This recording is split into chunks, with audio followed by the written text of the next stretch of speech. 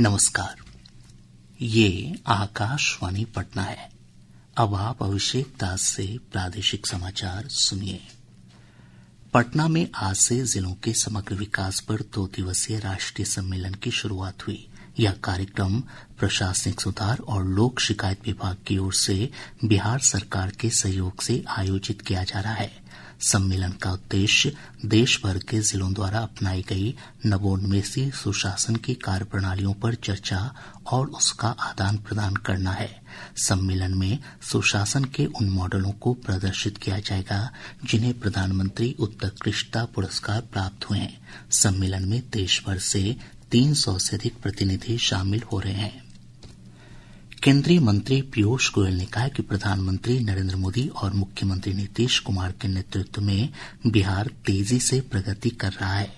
आज पटना में संवाददाताओं से बातचीत में उन्होंने कहा कि राज्य में आधारभूत संरचनाओं का विकास होने के साथ ही विधि व्यवस्था की स्थिति में अभूतपूर्व परिवर्तन हुआ है। श्री गोयल ने कहा कि राज्य औद्योगिक क्षेत्र में भी लगातार प्रगति कर रहा है। केंद्रीय जल शक्ति मंत्री सीआर पाटिल ने कहा है कि केंद्र और राज्य सरकार के संयुक्त प्रयास से बिहार में उद्योग और रोजगार की संभावनाएं लगातार बढ़ रही हैं। आज पटना में संवाददाताओं से बातचीत में उन्होंने कहा कि चालू वित्तीय वर्ष के बजट में बिहार के लिए कई विशेष प्रावधान किए गए हैं। श्री पाटिल ने कहा कि सरकार का यह प्रयास है कि बिहार से पलायन रुके और युवाओं को राज्य में ही रोजगार के अवसर मिले। राजस्व और भूमि सुधार विभाग ने राजस्व महाअभियान को गति देने के लिए पंचायतों में 2 से अधिक अतिरिक्त शिविर लगाने का निर्णय लिया है। विभाग के सचिव जय सिंह ने इस संबंध में सभी जिला समाहर्ताओं को निर्देश जारी किया है। सचिव ने महादलित टोलों और बस्तियों में महाअभियान को लेकर जागरूकता बढ़ाने के भी निर्देश दिए हैं। राजस्व महाअभियान 20 सितंबर तक चलेगा। प्रादेशिक समाचार आप आकाशवाणी पटना से सुन रहे हैं। नेपाल में जारी राजनीतिक हलचल के बीच राष्ट्रपति रामचंद्र पौडेल, नेपाली सेना प्रमुख अशोक राज सिंहदेल और युवा प्रदर्शनकारियों के प्रतिनिधियों के बीच आज अंतरिम सरकार का नेतृत्व तय करने के लिए बातचीत होगी। सूत्रों के अनुसार युवा प्रदर्शनकारियों के प्रतिनिधियों ने पूर्व मुख्य न्यायाधीश सुशीला कार्की को अंतरिम प्रधानमंत्री पद के लिए अपना उम्मीदवार चुना है। इस बीच कम्युनिस्ट पार्टी ऑफ नेपाल माओवादी के अध्यक्ष और पूर्व प्रधानमंत्री पुष्प कमल दहल प्रचंड ने युवाओं के नेतृत्व में चल रहे आंदोलन पर अपनी पार्टी की आधिकारिक स्थिति पर 10 सूत्री प्रेस वक्तव्य जारी किया है।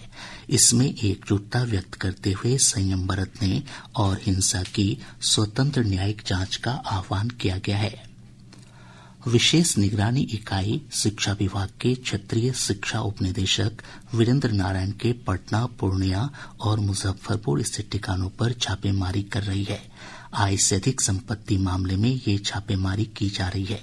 प्राप्त जानकारी के अनुसार उनके ठिकानों से करोड़ों रुपए मूल्य की चल अचल संपत्ति का खुलासा हुआ है। वैशाली में जिला शिक्षा पदाधिकारी रहते हुए वीरेंद्र नारायण पर आय से अधिक संपत्ति अर्जित करने के आरोप लगे थे। प्रदेश में मानसून की सक्रियता से बारिश का सिलसिला जारी है। पिछले 24 घंटों के दौरान कई स्थानों पर भारी से बहुत भारी बारिश हुई है। पश्चिम चंपारण जिले के चनपटिया में सबसे अधिक 156.8 मिलीमीटर बारिश रिकॉर्ड की गई।